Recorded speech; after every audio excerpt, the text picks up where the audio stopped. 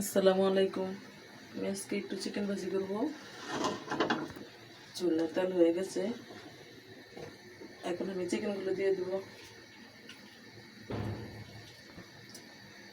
বিসমিল্লাহ।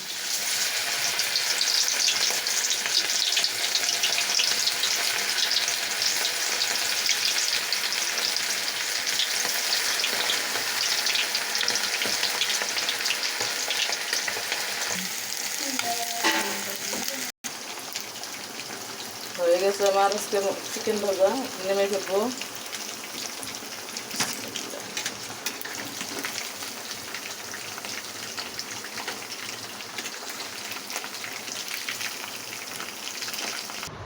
হয়ে গেছে আমার আজকের মতো চিকেন ভাজা।